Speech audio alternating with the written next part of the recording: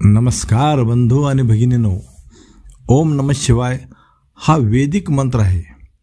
आज सर्रास सर्वजण या मंत्राचा जप व उच्चार करीत असल्याचे दिसत आहे, पण या वैदिक मंत्राचा उच्चार कोणी करायचा नसतो याविषयी गुरु परंपरेत एक शास्त्र आहे। त्यामुळे सर्रास सर्व व्यक्ती या मंत्राचा उच्चार अथवा जप करू नये असे शास्त्र सांगते।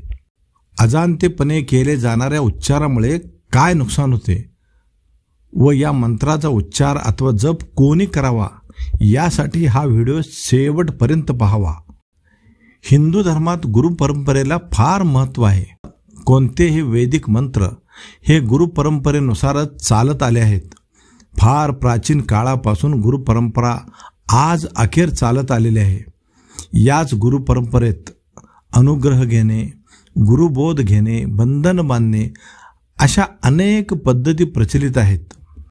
गुरु परंपरेत ज्यांनी अनुग्रह घेतला आहे, गुरुबोध घेतला आहे किंवा गुरु करून गुरुमंत्र घेतला असेल अशा व्यक्तींनीच ओम नमः शिवाय या मंत्राचा जप करायचा असतो। कारण ओम नमः शिवाय हा सिद्ध केलेला मंत्र आहे। त्यामुळे कोणीही उठता बसता या मंत्राचे उच्चारण करू नये ही विनंती। त्यामुळे आपल्या गुरु परंपरेला तडा जातो। सद्यस्थितीला सोशल मीडियाच्या माध्यमातून भक्तीचा अतिप्रसार होत आहे, जो आपल्या धर्म परंपरेला तडा घालवणार आहे। ओम नमः शिवाय हा अनुग्रह किंवा गुरुदीक्षा घेतल्यानंतर रुद्राक्ष माला घेऊन 108 वेळा त्याचा जप असे 27 दिवस केल्यानंतर तो मंत्र सिद्ध होतो।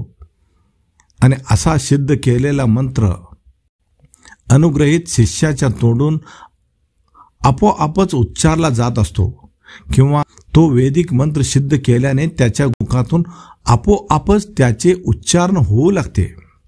ओम नमः शिवाय या मंत्रासाठी सिद्धीची व मंत्र सिद्ध करून घेण्याची आवश्यकता असते। आणि हो, गुरुबोध किंवा अनुग्रह घेतल्याशिवाय कोणताही मंत्र सिद्ध होत नाही। अन्यथा एखादा मंत्र उच्चारणे, जप करणे म्हणजे आपल्या गुरु परंपरेचा अवमान ठरेल। गुरुमंत्राचा जप करणाऱ्यांना रात्री झोपेत सुद्धा इष्टदेव किंवा गुरुदेवांचे दर्शन होत असते, इतके ते तल्लीन झालेले असतात। ओम नमः शिवाय सर्रास सर्वांनी का म्हणू नये याचे शिवपुराणमध्ये उपलब्ध आहे। महादेवाचे जे 10 गुण आहेत त्यातील 8वा गुण म्हणजे वाघाचे कातडे वापरणे। श्री महादेवाने आपल्या अंगाभोवती वाघाचे कातडे लपेटलेले आहे। वाघ हा हिंसा व अहंकाराचे प्रतीक आहे।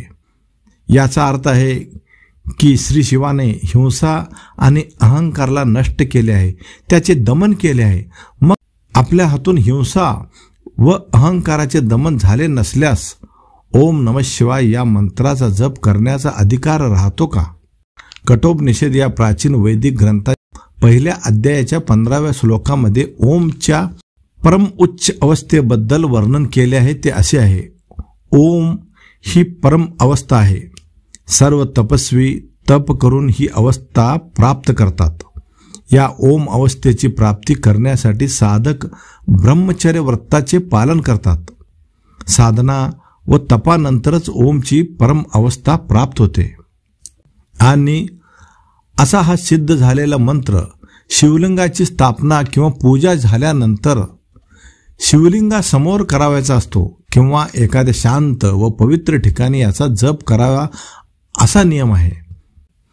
जर घरी या मंत्राचा जप करावायचा झाल्यास फक्त योग मुद्रेत आणि शांत बसूनच या मंत्राचे उच्चारण करावयाचे असते। पण आज काही लोक मोबाईलवर ओम नमः शिवायची धून लावून अंतुरणात लोळत असतात। अंतुरणावर लोळत असताना हा सिद्ध केलेला मंत्र ऐकणे आपण आपल्याच गुरु परंपरेला नष्ट करीत आहोत असे वाटते। हा मंत्र म्हणजे शिवज्ञान आहे। शिवा हा संहारक देवता आहे। ब्रह्मा उत्पत्ती करतात, विष्णू पालनहार आहेत, तर शिवा हा नष्ट करणारी, लयास नेणारी देवता आहे। हा मंत्र शिवाचा आहे। हे शिववाक्य आहे, शिवज्ञान आहे। जो याचे उच्चारण कायम करतो तो शिवमय होऊन जातो। मग आपली पात्रता व गुरुपरंपरा पाहूनच या मंत्राचा जप करावा. अन्यथा गुरुबोध घेऊन किंवा गुरु करून घेतला नसल्यास अन्य सोज्वळ मंत्र जसे सांब सदाशिव, पार्वती पते हर हर महादेव, श्री शिवशंकर, पांडुरंग विठ्ठला, राधे राधे, राधे कृष्ण, श्री स्वामी समर्थ किंवा आपल्या देवाच्या नावाचा जप केल्यास शांती व समाधान मिळेल. अन्यथा गुरु परंपरेची सुरुवात शंकरांनी नवनाथ यांच्या माध्यमातून प्राचीन काळापासून सुरू केली आहे. तीच गुरु परंपरा वेगवेगळ्या रूपात आजही अस्तित्वात आहे.